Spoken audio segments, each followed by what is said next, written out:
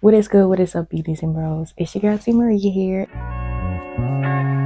She just let me know, but they show no fish. Didn't say you found it, but she's still gonna hold on. Didn't say you found it, but she doesn't want.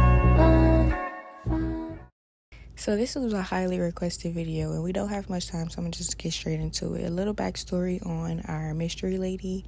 For privacy purposes, I'm not gonna say her name, so we're gonna call her Ashley. So a little backstory: me and her went to high school together, and we knew of each other. We wasn't friends. We didn't hang out. Somehow she found out when I was in beauty school. Somehow she found out that I was doing hair. She hit me up inquiring about braids, and we've been locked in ever since. And so now, like at this point in life with the color situation, I was trying to learn how to formulate properly like a colorist, because I wanted to branch off into color. And so I was going back and forth to California with my mentor at the time. So my mentor, she challenged me. She was like, I want you to take 10 to 15 models so that you can master these techniques that I just showed you. So I did my models, and oh girl, Ashley seen how I was doing, and she was like, oh, I'm gonna send my grandmother to you. She sent her grandmother. They were satisfied with the results, and she was like, girl, it's my turn now. So her first goal was to go honey blonde. Me and her kind of talked because I was already doing her hair, so I know that she was using black box dye. So I was like, okay, you did cut all your hair off. Do you think that you cut off all of the box dye? And she was like, yeah.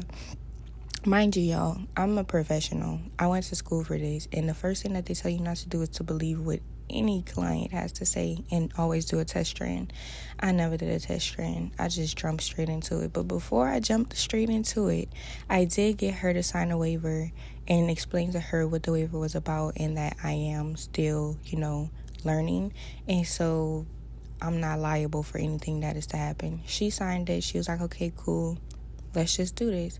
So just went straight into it, didn't do a test strand. And my application was to perfection, okay? So I was just trying to wonder why her ends looks like this. I'm like, girl, the back side is not all gone. She was like, well, I thought I cut it all off. I was like, well, clearly not. So anyways, I just explained to her, I don't think that we can get the goal that she was wanting, because it was like it wasn't like a darker honey blonde, it was like a lighter honey blonde, and we could have went a darker blonde, but she was like, let's just go copper. And I'm like, okay, cool, we can do that. Now, I didn't evaluate the situation. That's where I fucked up. I didn't evaluate the situation. I didn't go check to see how much color we had. I literally just seen that there was color, went straight into it. There was only 4 boxes. When I tell y'all the back of her head sucked those 4 boxes up, and then, mind y'all, a little backstory. It is 5 o'clock in the evening. No hair store is open right now. So instead of be smart and be like, oh, we don't have any more color, we can just wait till tomorrow to finish this. No. I tried to go formulate and mimic that color like I'm a colorist, a professional colorist. Like, no. So I tried to go do that, and that's how we got all of these colors here. So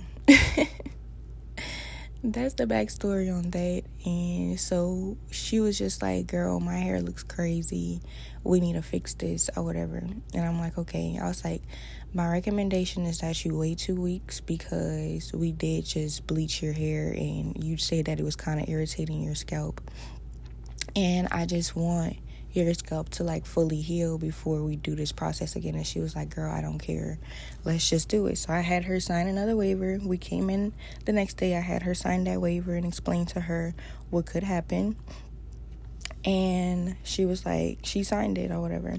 So in order to get the color out, we had to bleach the hair all over again. So I bleached her hair, and not even 10-20 minutes in, she's like, I can't take it, I need to take this out. I'm like, girl, it ain't even been in there the full processing time.